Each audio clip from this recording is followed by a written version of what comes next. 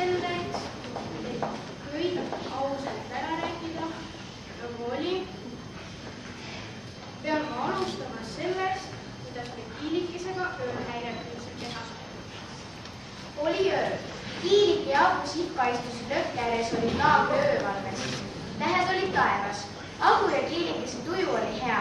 Seda polnud see eriti kaubaks, vähemalt Kiilikesel.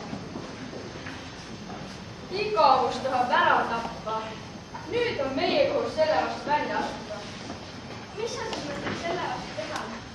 Minu ettepanek on panna maleva nõukogu esimees Silvi Kullertigu tekki näiteks Pärnu on. Kuule, igaüks teab, et laagri öövalvide ülesandeks on palgata laagri territooriumis korra jälle, nii et mina pole nõustunud. Ja pealegi, kus me korra saame? Siis teeme midagi muud. Mis sa arvad näitisest? Ööhäired. Räägi lähemalt. Nagu kõik teavad, tehakse igas laagris ööhäireid. Niimoodi need äratatakse terve laagri öö pealt üles ning öeldakse, et tettide läheduses on nähtud ööhäireid. Kuid lõppude lõpuks osutuvad spioonid ikkagi õpetajad. Sellist asja võiks kaaluda. Laagrielu tuleb kõigil huvitavaks muuta. Ja pealegi aitame niimoodi vanempeale kui õpetajaid. Ainult kust me spioonid saame?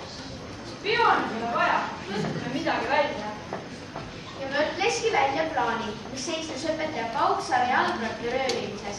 Pärast seda läksid poisid õpetajate telgi juurde ning veeretasid ära jalgratta ja panid ta puu otsa, umbes pea kõrgusele.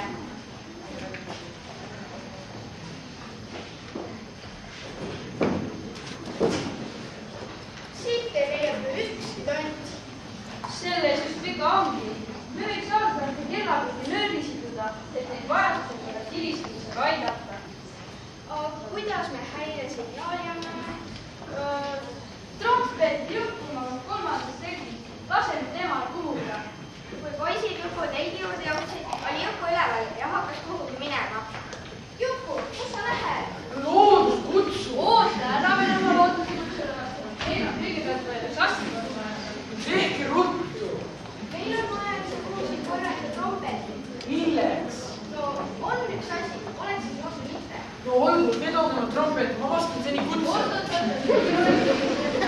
Võtta trompet ja puhun nii kõvasti, et Rootsi kuningast ka kuuleb.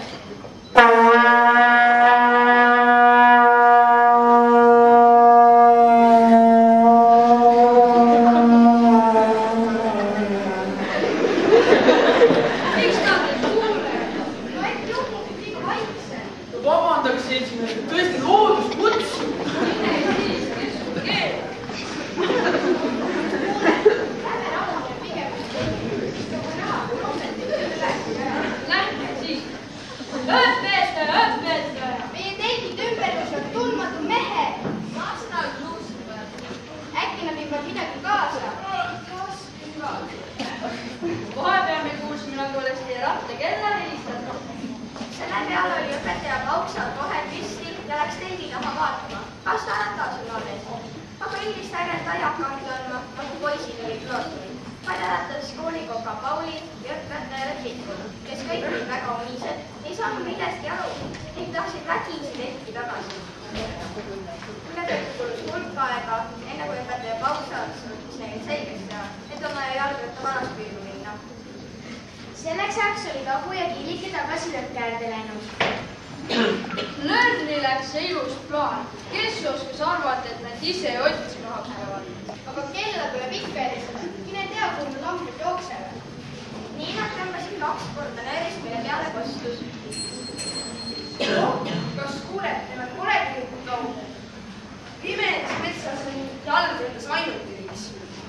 Selle peale jooksid kõik metsa läbi kabima. Ainult, et vanem pioneeri juht mitte, sest tema ei leidnud pimedus oma kingi üles. Aga Agu koos Kiilikesega istus lõkke ääres, kuulatades, kust õpetajate hääled kostid ja vajaduse korral kella tõmbasid.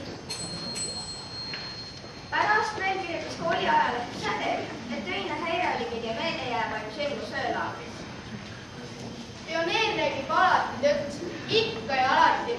Ning ma ütlen veel, et see oli Kiilike, mille nööri tõmbamise peale jalgratast otsast alla kukkus.